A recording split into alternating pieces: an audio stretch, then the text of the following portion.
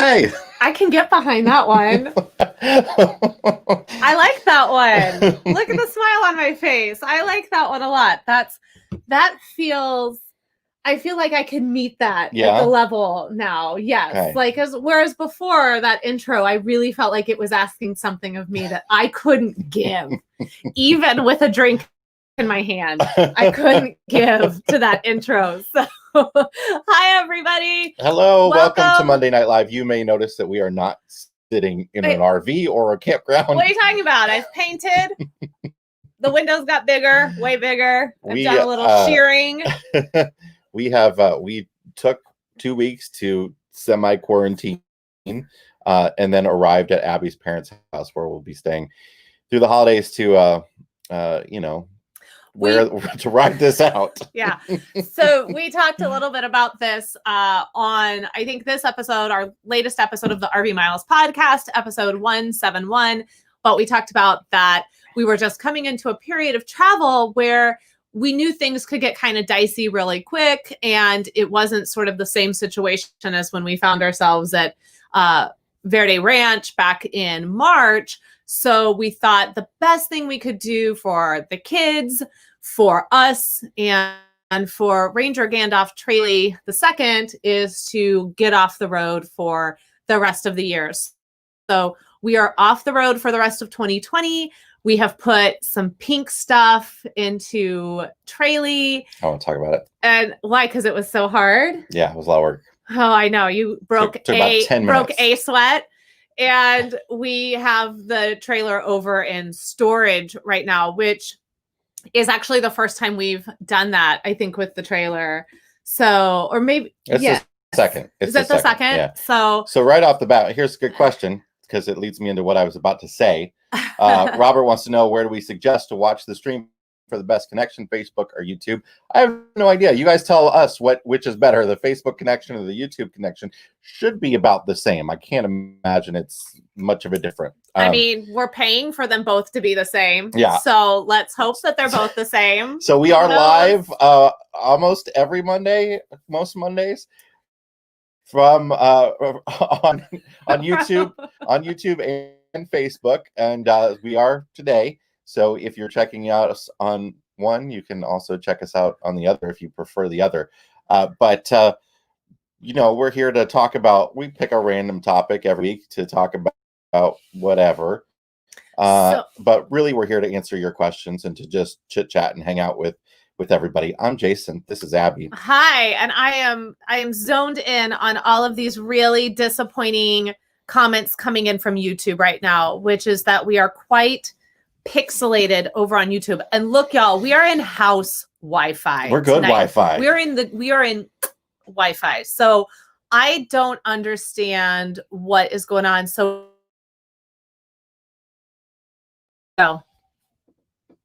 there we go. It looks like Facebook is, from those who are bouncing around, that Facebook is, this is like, so we're even getting that our Wi-Fi is no good. We're gonna solve this. Wow. So we're gonna solve this. We're in a corner of the house, so we're gonna switch to. Why can't we just have good Wi-Fi? It's like no matter what. Where's that Google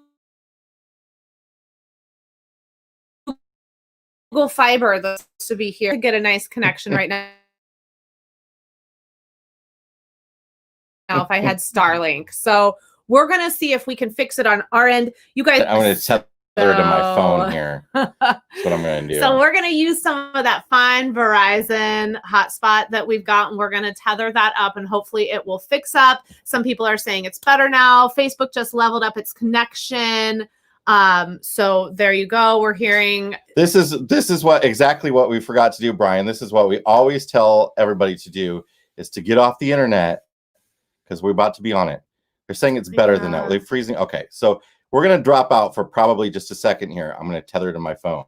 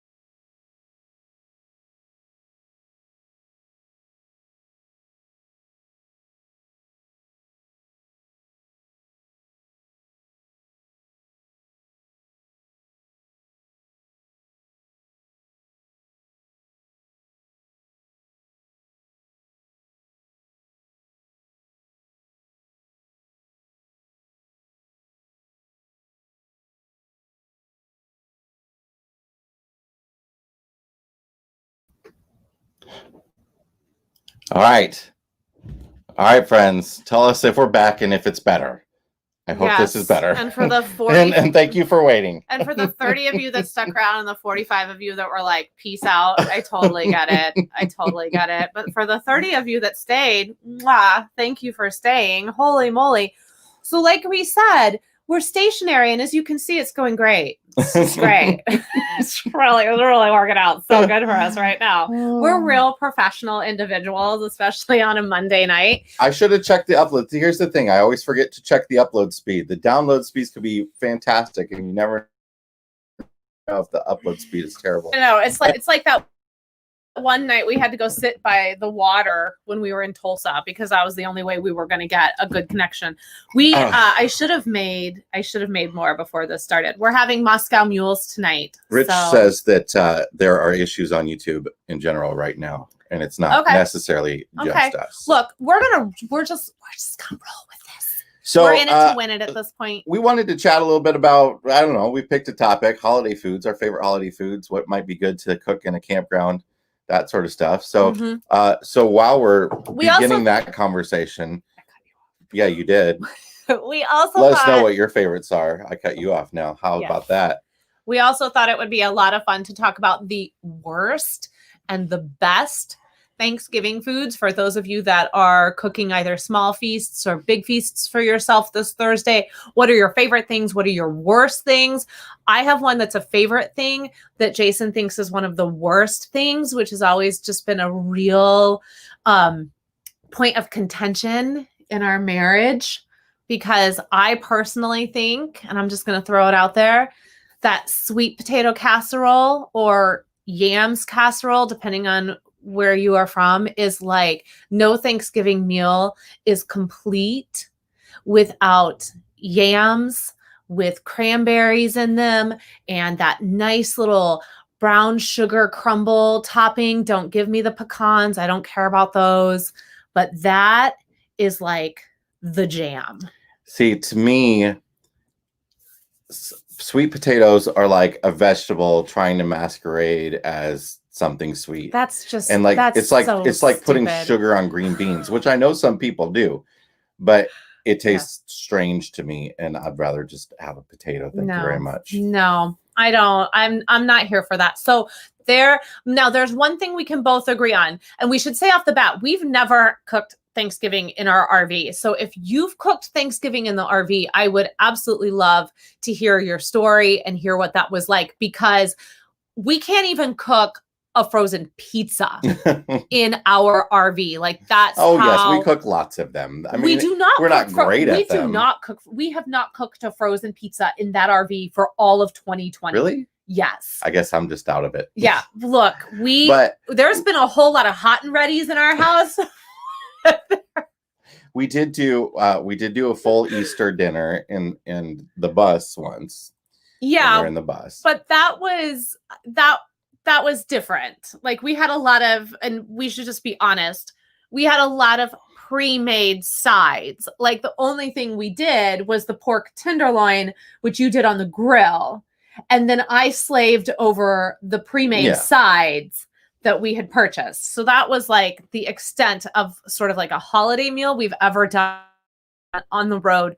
Most holidays, like Thanksgiving and Christmas, we have always been with family, and then we take advantage of the big, large kitchen that they have. So we've actually never done a meal of that caliber in the RV. And I mean, we have a tiny oven. You know, if I can't. Yeah, I mean, there's RV ovens, and then there's our RV oven, which is like that tall inside. Yeah. So if I've stopped making bread. Okay, like I've stopped using a bread loaf pan because it's too tall, or it's just tall enough that like I can slide it into the oven and the top of the bread loaf pan is touching the top of the oven. So if the bread rises above that, well, it's just smashing into the top of the oven. So I have to ask Deb, this sounds really good. Butterscotch pie. That is something I've never had before. And I've never had that. Excellent, because I have a huge sweet Yeah, tooth. and look, and see, Tammy agrees with me. Your stepmom agrees with me that sweet potato casserole. Yeah, but she likes the pecans. Oh, I don't like the crunch. I don't need the crunch. I get the crunch from the topping. That to me is like the crunch. Broccoli, cheese, rice casserole. Are we talking about things we like or things we don't? I would eat that. Now, Jason will not eat that. He won't eat anything with broccoli. He won't eat broccoli cheese soup. He won't eat like broccoli cheese. I would rather eat raw, uncooked broccoli than cooked broccoli smothered in cheese. What are you talking about? I mean, are you talking about Jolly Green Giant? I mean, I'm not going to eat either. Like at my grandma's house when I was growing up, and chime in here if you had this too at your grandma's house. My grandma would buy Green Giant, like the frozen broccoli and cheese. And that was like a staple side at my grandma's house. Cornbread stuffing. Now that is my favorite type of stuffing, hands down.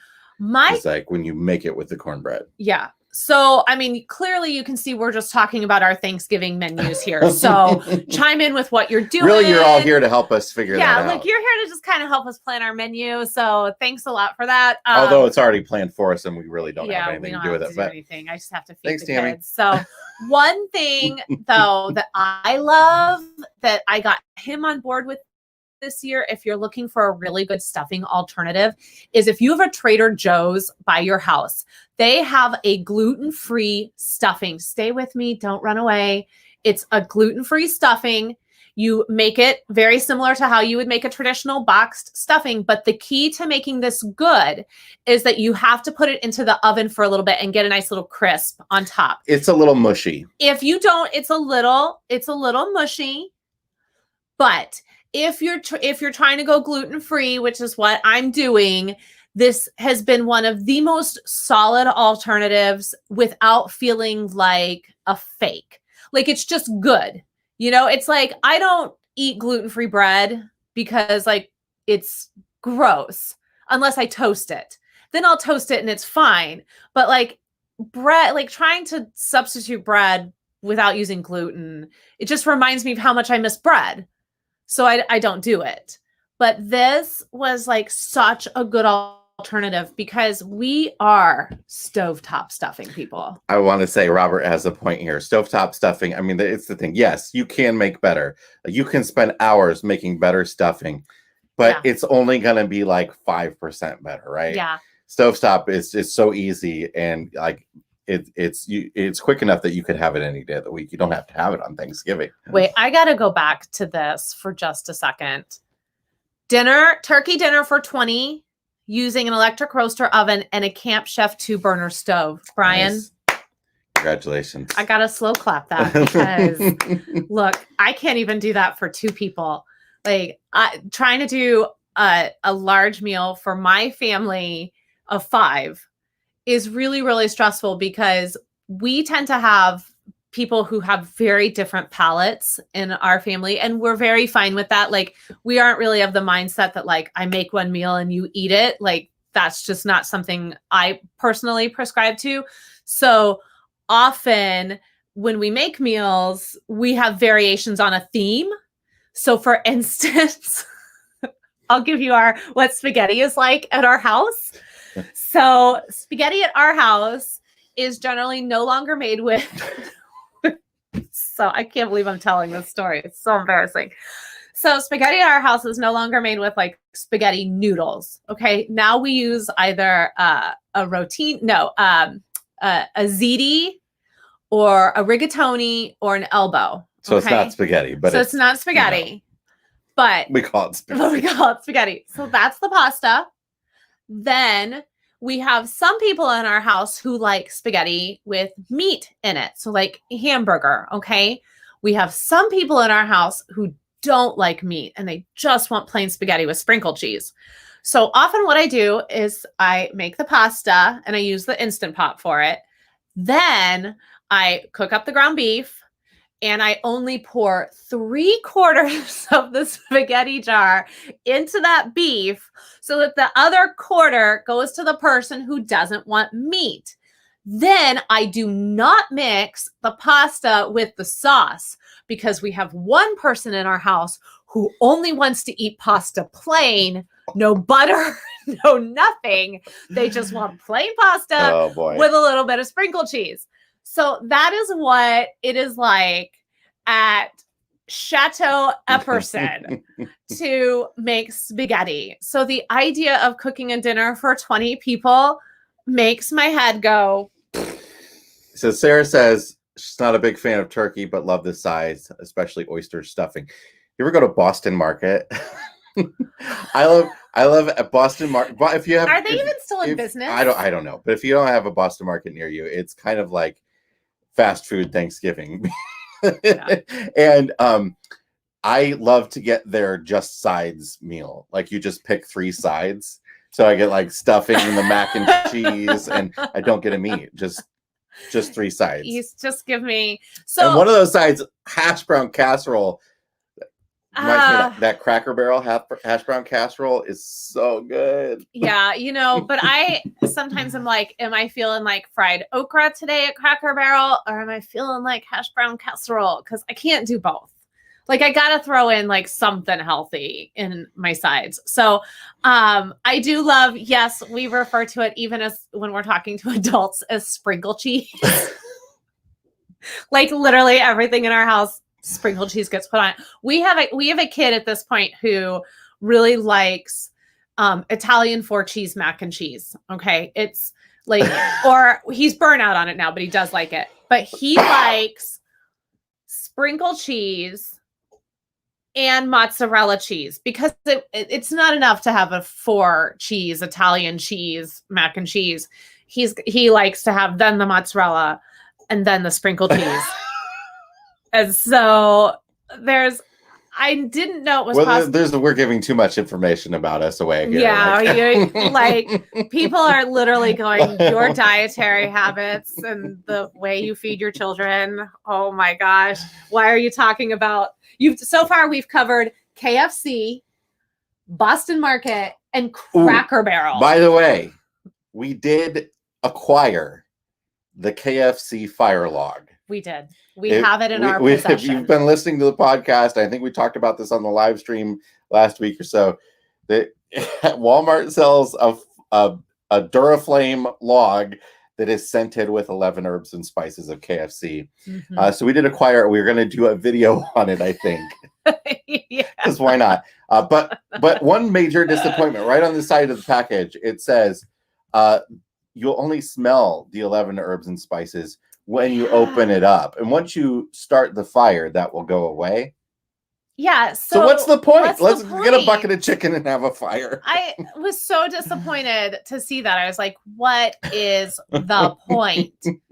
So we're still going to do it because we found it. But I'm almost like, why not just, I don't know, buy a bucket of chicken and throw the chicken in there. It sounds really good, actually.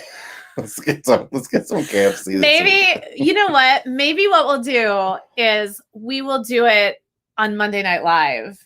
Maybe we will all come together in the virtual world and we will burn the KFC fire log together. And then we will use our theatrical training to narrate what the smell of the KFC fire log is like. Should we do that? Yeah. Yeah, maybe we'll do that. I feel like that's a solid way to burn off a $15 fire log. So if you're looking for like a really great white elephant gift for someone who's an RVer, I can't think of anything better than like the KFC fire log. I don't think the point is actually to smell anything. It's just to, spend more money than you would spend on a fire log to say that you bought a KFC fire log, or to gift to somebody something so ridiculous as a fire log that is branded by KFC.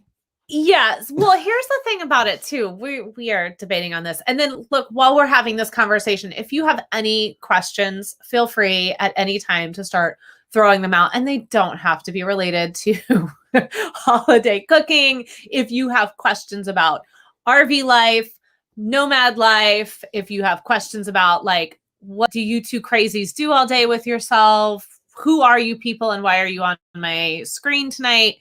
Feel free to ask them. I will say this about the fire log, and then we will move on.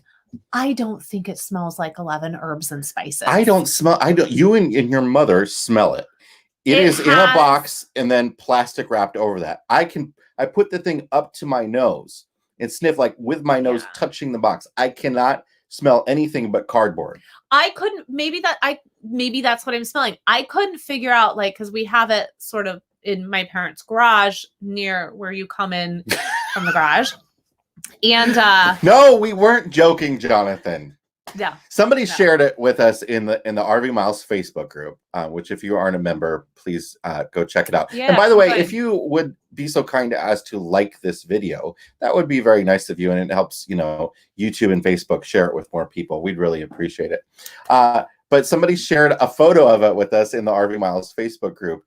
They were shopping at Walmart and they saw a stack of them. So then we went on a quest to find one.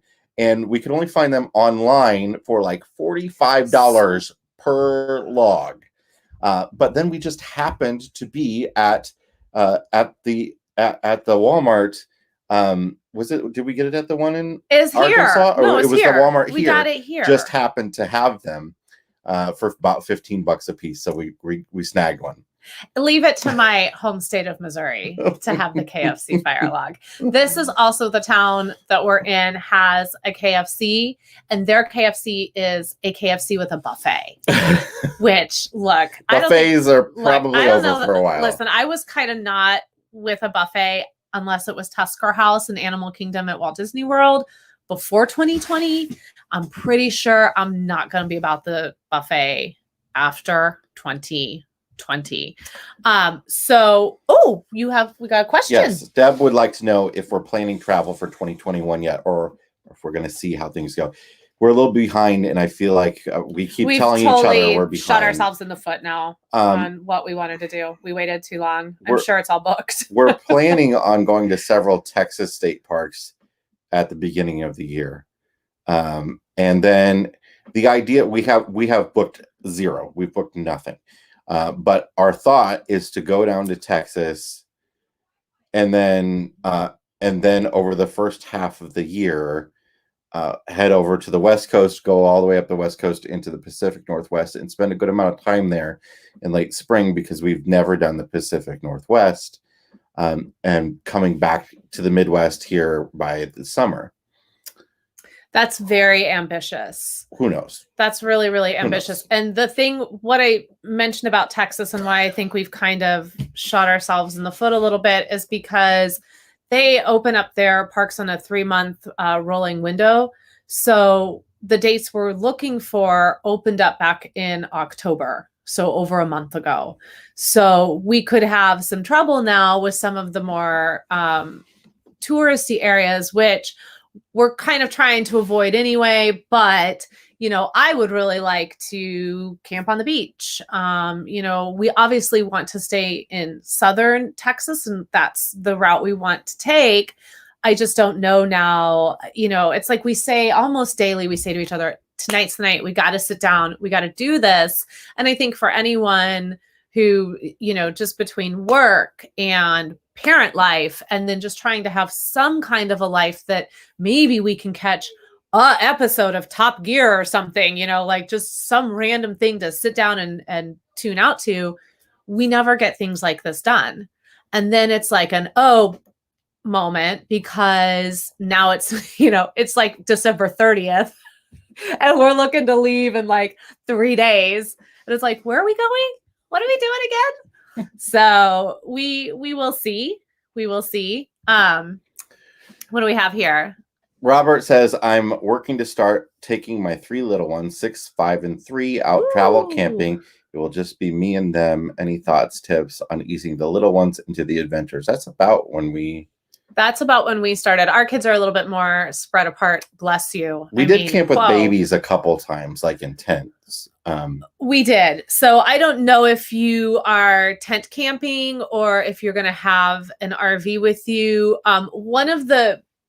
You don't have babies now, so this doesn't, this won't apply. But, I really liked having some kind of tarp or some kind of mat, something to lay out at the campsite to turn into kind of like a designated play space where if they wanted to bring toys that from home, like a few things they could, or just a place to sit and have lunch, and just kind of like the place that we all kind of collectively hung out at that wasn't the picnic table.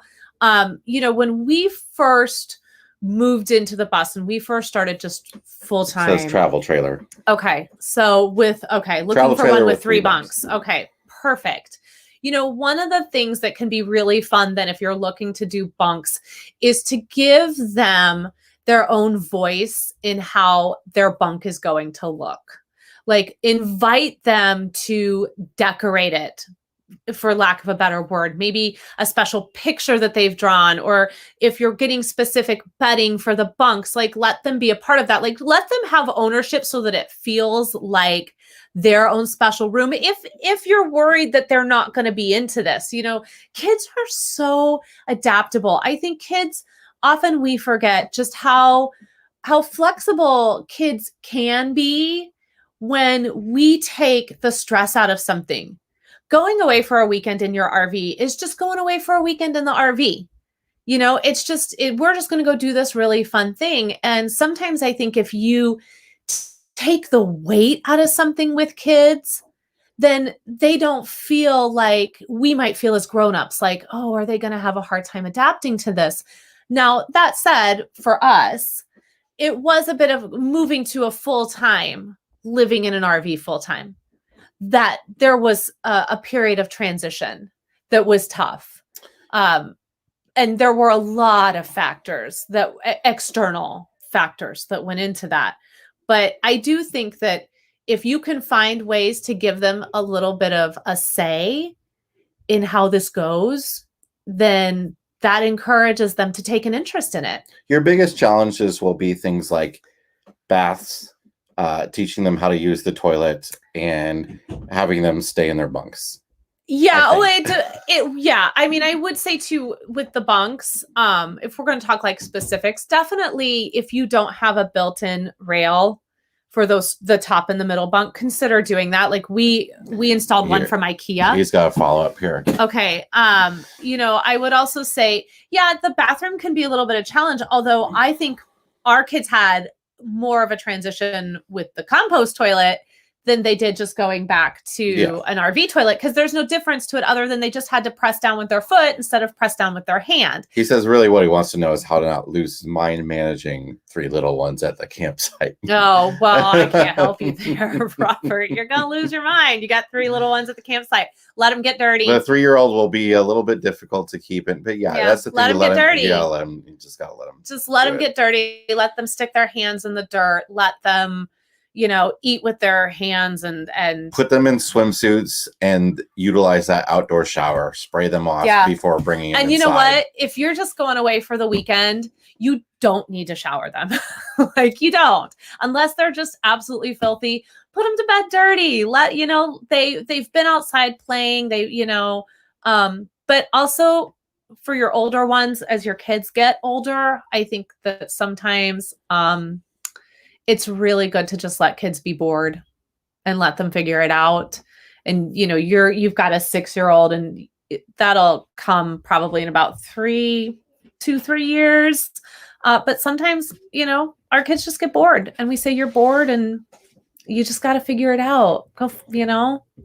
Derek would like to know how many gallons of antifreeze we use when we winterize our rig.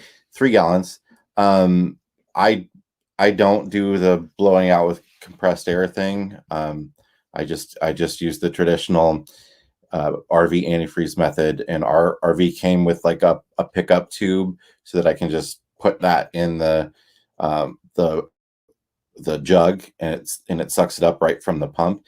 It takes some time because sometimes the suction doesn't quite work. I figured that out finally. But so I use about 1.5 gallons in the lines and then about 1.5 gallons in the drains. So I'm just catching up on some of the comments here. Marcia, I'm actually from Kansas City, born and pretty much raised. So I approve of your... You got to click on it. Well, yeah, I wasn't going to... Not everybody sees it. So I approve of your daughter's choice of living situation. One thing I'll say about Kansas City is they are really, really good about like manufacturing their own or creating their own. I am constantly surprised by how many roasteries there are here, how big of a foodie scene this is here, how many breweries there are here. And then we learned that Bushnell, which is we actually just put out our holiday gift guide for 2020, and a Bushnell binoculars were one of the things we recommended. They manufacture those here. So, Kansas City's kind of like a cool little town. It's got some really good barbecue, probably the best in the country. Don't at me about that. So yeah, I like Kansas City. 3 Cat Travelers. We're planning on going full-time at the end of February. Currently, we're trying to figure out mail. We're looking at either America's Mailbox or Escapees Club. Do you have one you recommend? If you're not setting up a separate if this is not going to be your domicile address, meaning where you have your driver's license, your taxes and all that stuff. If you're using a different address for that, like a parent's address or something like that, then it doesn't matter so much. You just want a good mail forwarding service that scans them and you can read your letters online, and either of those will do that. If you are setting up a domicile, so this is going to be your permanent address, I highly recommend Escapees. I don't know, I'm not like disrecommending America's Mailbox because I just don't know them as well. And they're, America's Mailbox, you're going to be in South Dakota. Escapees, you're going to be in Florida or Texas. I actually think Escapees can do South Dakota now too. I think they can. I think they expanded. But the bigger question is like what state you're going to do. I really, for Texas and Florida, no question, you're going to do probably Escapees, and then you could probably choose either one for South Dakota. But you get a few bonuses when you're an Escapees member. There are some add-ons to the membership that are of no cost to you, which are nice to have. It's a great organization in general, even if you're not going to get mail forwarding at all. I just want to jump in and say, Robert, I'm noticing that there's been a couple comments on the YouTube thread that from people offering some suggestions as well, which are really good suggestions too. So if you have a second, you should go check those out. I mean, camping with kids is the best and the worst. It really is. It is the best and the worst. Erica says she's glad that we mentioned on the podcast this week what time and day we go live. That's awesome. I'm glad that was useful information. And for anyone who's joining us because they heard our ask on the RV Miles podcast, which is something we do every week on the show, where we just ask if you're interested in furthering your support of RV Miles beyond anything financial, because we don't ask for anything financial. We just offer up suggestions for things you could do. Maybe go like our Instagram account. So go like RV Miles Instagram, or go like Our Wandering Family Instagram, or maybe you subscribe to the See America podcast or the America's National Parks podcast. This week we did say, hey, come and join us for Monday Night Live. So Erica, I'm really glad that you came over and joined us tonight. And I'm glad that information was useful. Whitley, we gave each child their own backpack to carry their own lunches on hikes, and stay by a body of water helps to keep them cleaner. Kids get tired after a big day, so sleep is always good. Yeah, we like the backpack method too. All of our kids have backpacks of their own on hikes, even if there's like almost nothing in them, even if it's just a big backpack with a granola bar. It's still their granola bar, and it's still their water bottle, and they're responsible for getting themselves something to eat and drink when they are hungry. So Vanessa wants to know if we decided on solar. So a couple weeks ago, actually our last Monday Night Live that we did, we talked pretty extensively about solar and batteries and, our desire in 2021 to do more boondocking. At this point, I think we've kind of made a couple of decisions that we at least want to do portable solar in the beginning, to see if we like it. Well, I mean, how it works. We know we want solar. The question is always, it just came down to, do we want to spend that money on a rig that we don't plan to have for more than another 2 years? So I think really, we're gonna be in that for another 2 years? I'm just saying no more than another 2 years. That's like the max Okay. we'll probably be in it, right?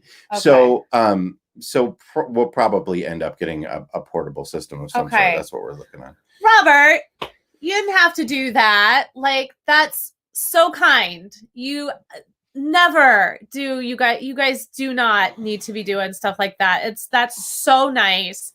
Thank you so much. We're just glad that you asked. We're glad that you feel like you had a question too. Oh. Yeah. Oh, sorry. I thought he was like, you're my favorite RV YouTuber personalities. No, who are your favorites? That's what you get for not reading the whole comment.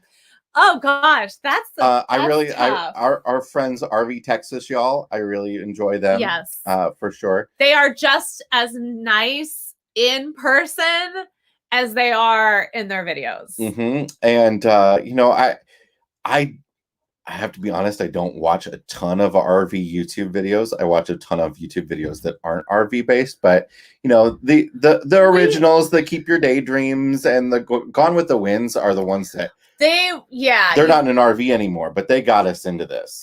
They were really what, to me, I was like, that they're doing it right.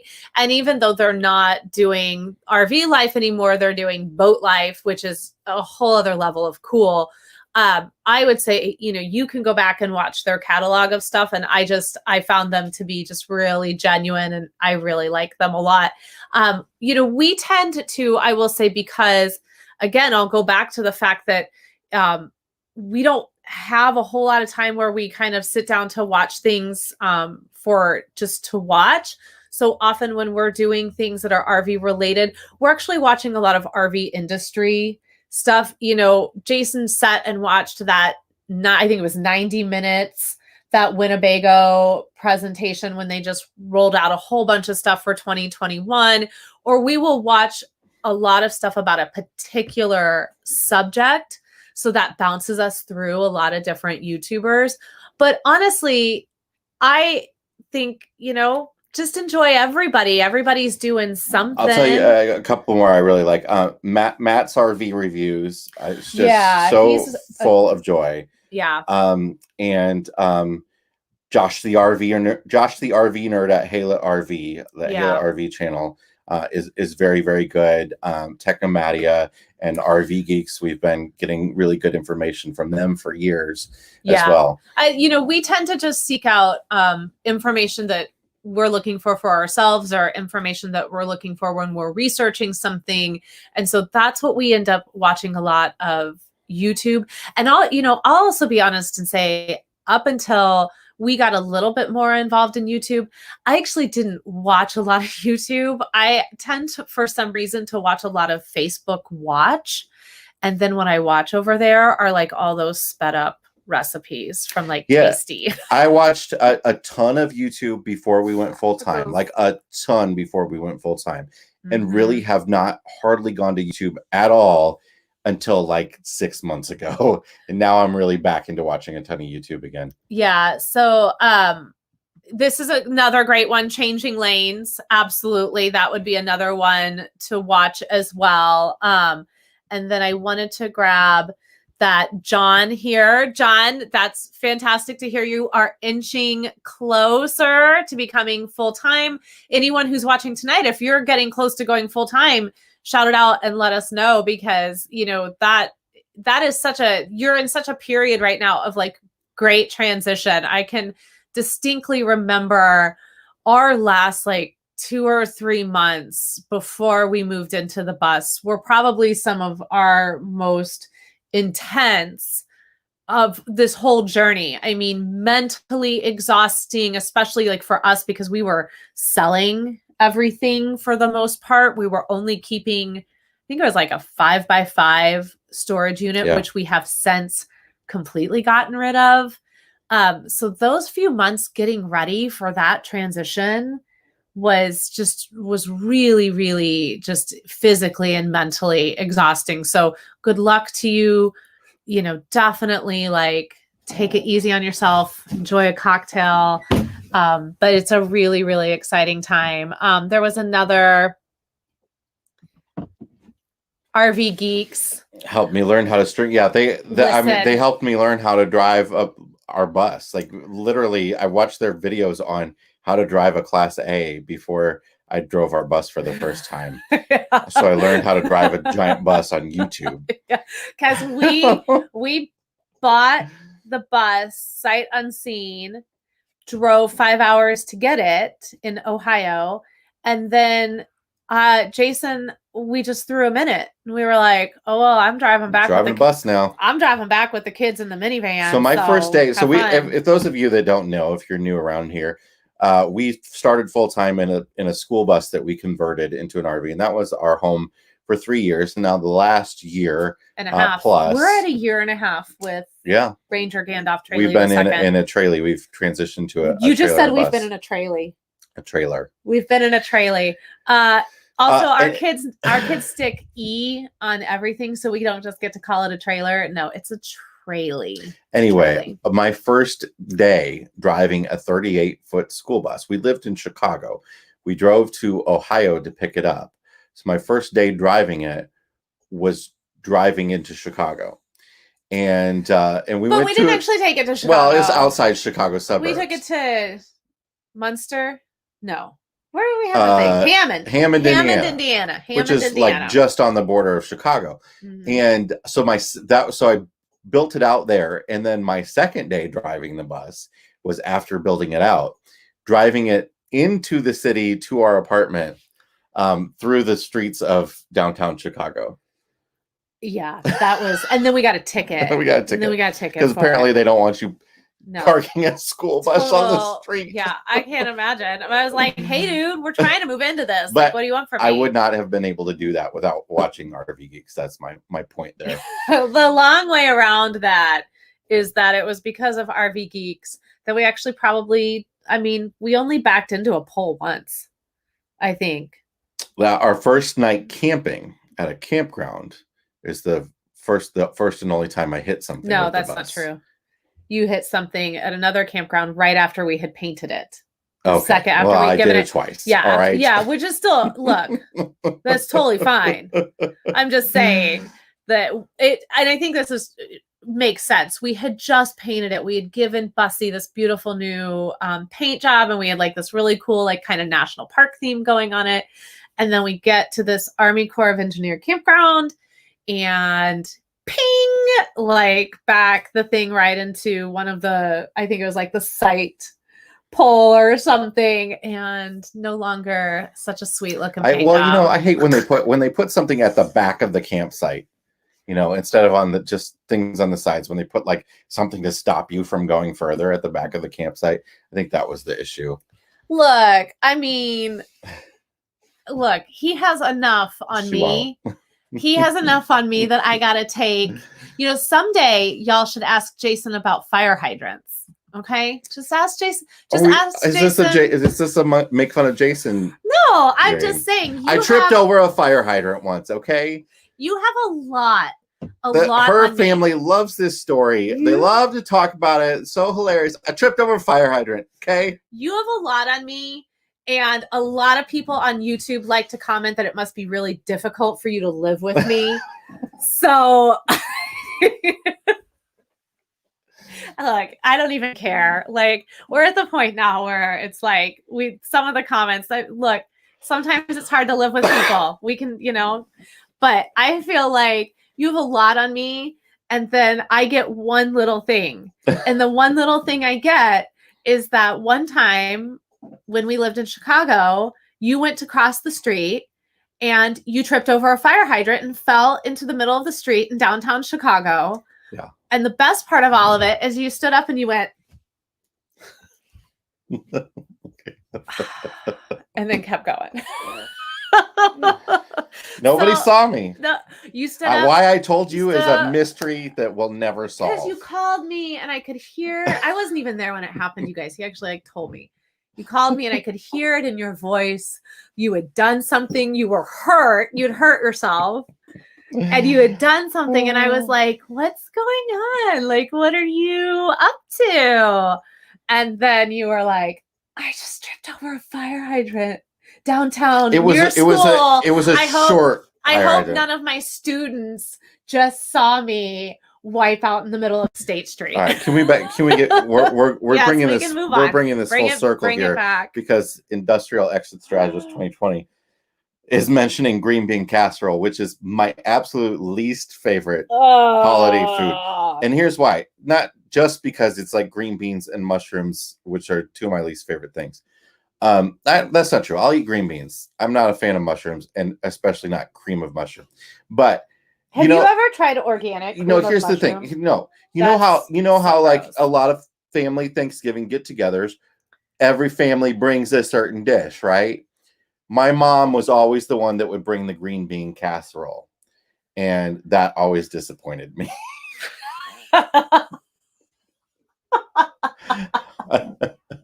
You're like, I can't wait. We're going to Thanksgiving, and now I have to smell my mother making green bean casserole. It's got to ride with us in the car. Right, and it's only going to have foil over it, so it's not like it's going to do anything. It's going to be frozen green beans with Campbell's soup, cream of mushroom, and then it's going to have French's fried onions on top because that's how we did it in the 80s and 90s. I could never smell that again, and it would probably be too soon. And I hate to say that because I know there are a lot of people out there that love it. Man, that is something that will divide a family. We don't have a whole lot of time left, so if you have a question, get it in. Jason, still a nervous wreck about towing my 20-foot hybrid with the Ram 1500. It gets easier. Jason, I totally feel that because I am still not a very good driver with our trailer. And you would think after what we went through last year with this Jason getting sick and then, me not knowing how to get the trailer from point A to point B, that I would learn and I would feel more confident. But at this point, the farthest I've driven our trailer is 15 miles down a straight one way from one campsite to a boondocking spot. Well, look, a little bit of nerves is good. I used to work, we both used to work in theater, and I used to do lighting work. And I was often like up high, 20, 30 feet in the air in the grids, hauling lights up a rope and hanging them in the air and stuff. And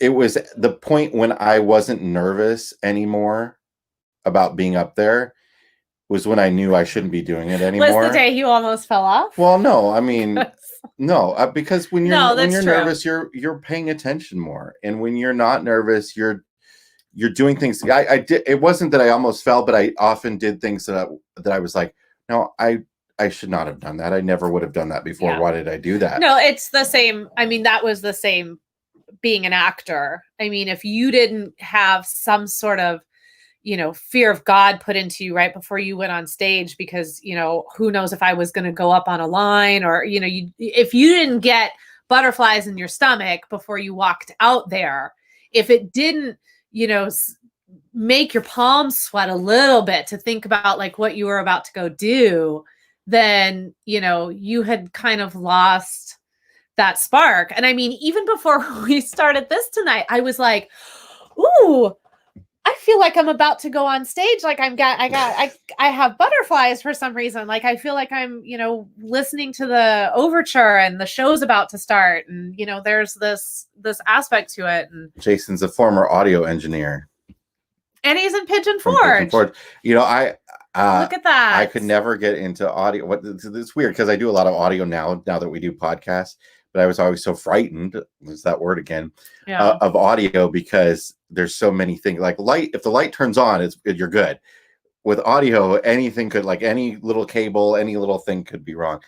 Yeah. I had to go to here because now I think we're somewhere where you can like a lake of gravy. That's my thing. I feel like you're in your wheelhouse now. Like it's literally like gravy with like a dollop of mashed potato. Now here's the question though. Brown gravy or Always. country gravy? Oh, country gravy's for breakfast. No, it's not. That's for breakfast. No, you put it on your fried chicken. Okay, or chicken.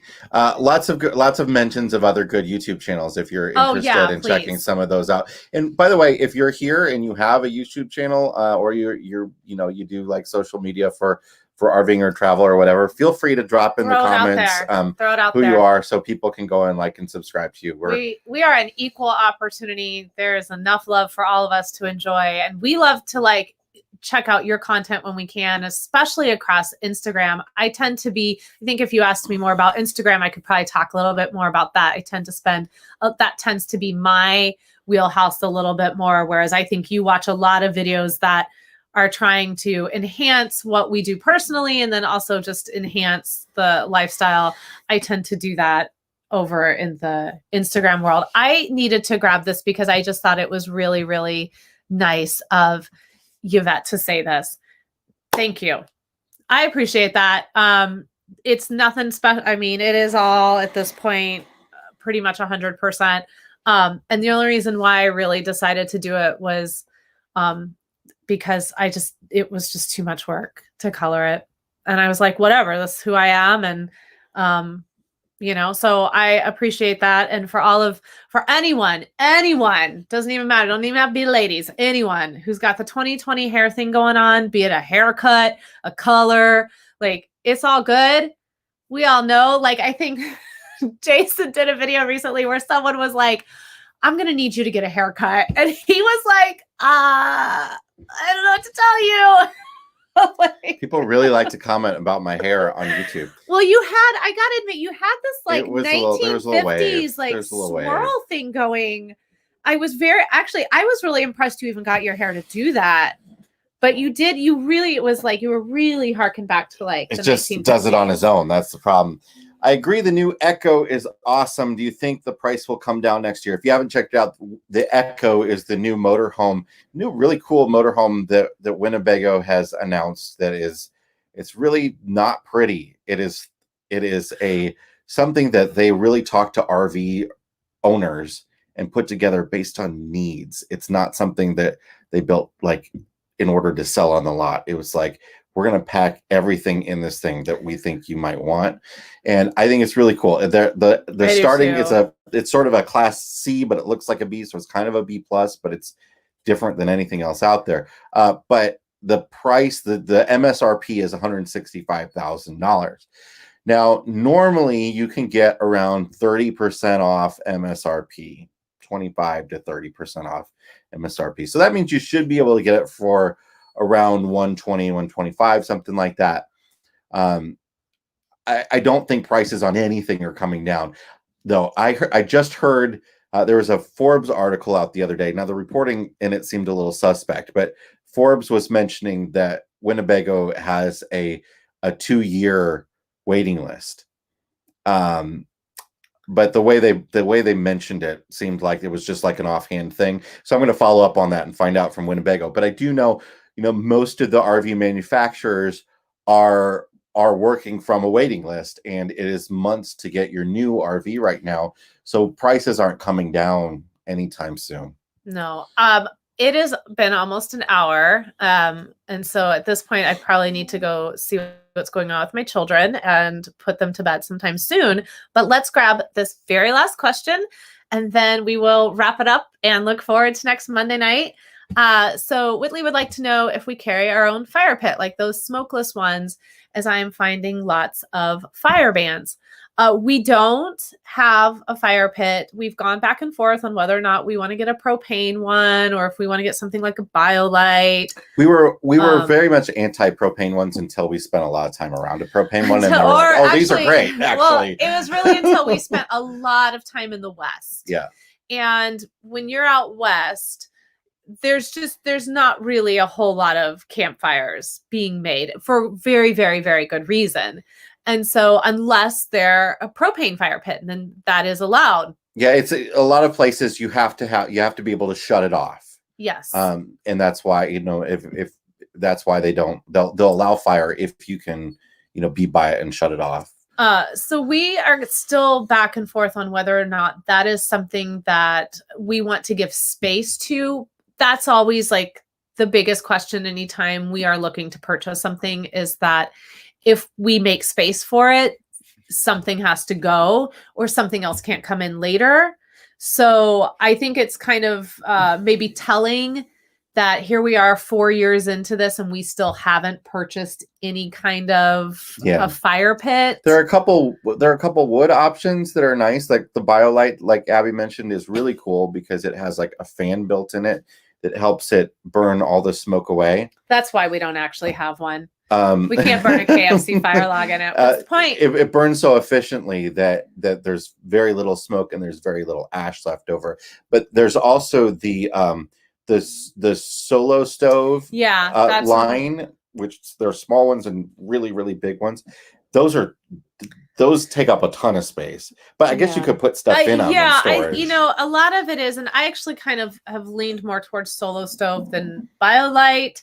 But again, it's again for us, it's just about like, if we do that, then, we have to make a commitment to use this thing. Mm-hmm. We don't break it out just like every couple of weeks because all of a sudden we've decided we want to have a fire. Propane pits can get really expensive. Oftentimes you end up buying an additional propane tank that's specifically for the fire pit. So then that's, again, added weight, that's added cost. So, for us, nothing beats a good old campfire. But again, like you were mentioning, that's not something we hardly were able to do at all this year. I will say there's a product that's coming to the market soon that we've been talking with this company about, sort of helping them brand it a little bit just for fun, that I'm very excited about, that is kind of like it's a wood or charcoal fire bowl. It's like it's almost like a wok, but like flatter. Mm-hmm. And then it has a grate that you can cook on that can raise up high. So it once it folds real flat and round like a disc.